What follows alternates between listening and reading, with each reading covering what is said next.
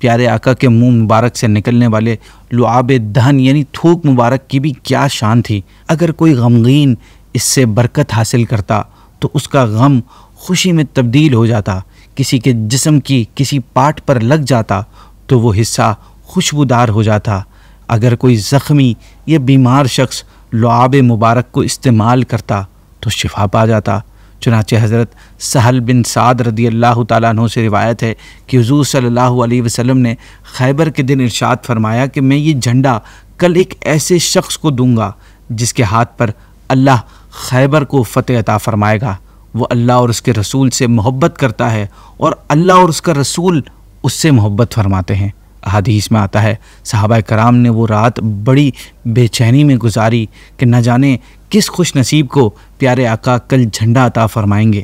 جب صبح ہوئی تو آپ نے صحابہ سے پوچھا علی بن ابی طالب کہاں ہیں؟ صحابہ نے عرض کیا رسول اللہ صلی اللہ علیہ وسلم ان کی آنکھوں میں تکلیف ہے، وہ اس لیے نہیں آئے۔ آپ نے فرمایا انہیں میرے پاس لاؤ۔ چنانچہ جب پیارے آقا کی خدمت میں حاضر ہوئے تو سرکار نے ان کی آنکھوں پر اپنا لعاب دہن لگا دیا اور ان کے لیے دعا فرمائی۔ مولا علی کی آنکھیں فوراً ٹھیک ہو گئیں اور ناظرین ایسی ٹھیک ہوئیں کہ گویا کبھی ان میں تکلیف تھی ہی نہیں۔